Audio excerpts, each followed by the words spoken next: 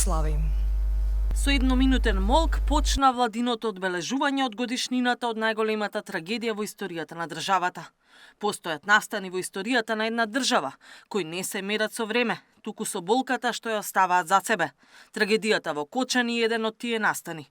Емотивно се обрати премиерот Мицкоски на меѓународната конференција посветена на институционалните и клинички аспекти по трагедијата, коментирајќи дека тоа бил и најтешкиот ден во неговиот живот. Во знак на почит и сеќавање ги прочита имињата на сите 63 жртви од пожарот. Кој е виновен за сето ова? Јас го поставувам ова прашање и на ова мора да даде одговор не некаков преки суд, не јавноста, туку обвинителството и судовите. Но воедно мора да говориме и за вината во креирањето на тој систем кој потврли каде со децении и години се креира тоа диво месо кое стигна до нашите најмили.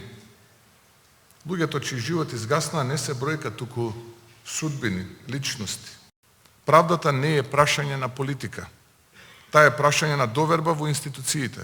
Кога трагедија од ваков размер ќе се случи, државата има обврска да покаже дека системот функционира, дека пропустите се утврдуваат и дека одговорноста се презема. Државата ќе продолжи да стои покрај овие семејства, затоа што зад секоја институционална одлука стои едноставно убедување. Човечкото достоинство мора да биде центарот на секоја јавна политика. Брзата реакција на институциите и поддршката од пријателските земји помогнале да се спасат многу човечки животи, посочија пак министрите за здравство и за надворешни работи.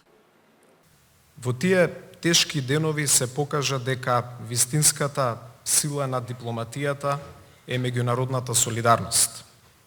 Благодарение на брзата комуникација со нашите партнери, активирањето на Европскиот механизам за цивилна заштита и подготвеноста на многу држави да помогнат, нашите пациенти добија медицинска грижа во болници ширум Европа.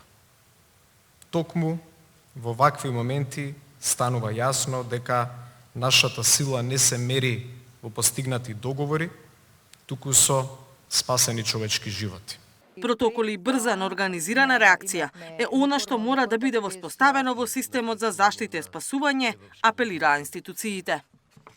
Потребно е претходно воспоставените протоколи за координација да бидат почесто увежбувани, да се вежбаат плановите за итни состојби, значи и да се ажурираат нормално согласно промените и да се имплементира единствениот комуникацијски информацијски систем на Европската унија, односно на механизмот ЦЕЦИС, кој што ние како држава имаме обврска да го имплементираме, и тоа е во поглавјето 27 на Европската унија, бидејќи многу ќе ни се олесни таа комуникација, ќе го избегнеме оној дел праќање мејлови, одговарање, туку директно ќе можеме да ги гледаме ресурсите на државите кои ги имаат декларирано и ќе можеме директно да се договараме за тоа што ќе ни биде потребно да го добиеме.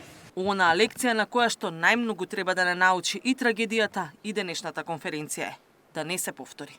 Катерина Нешкова, Сител телевизија.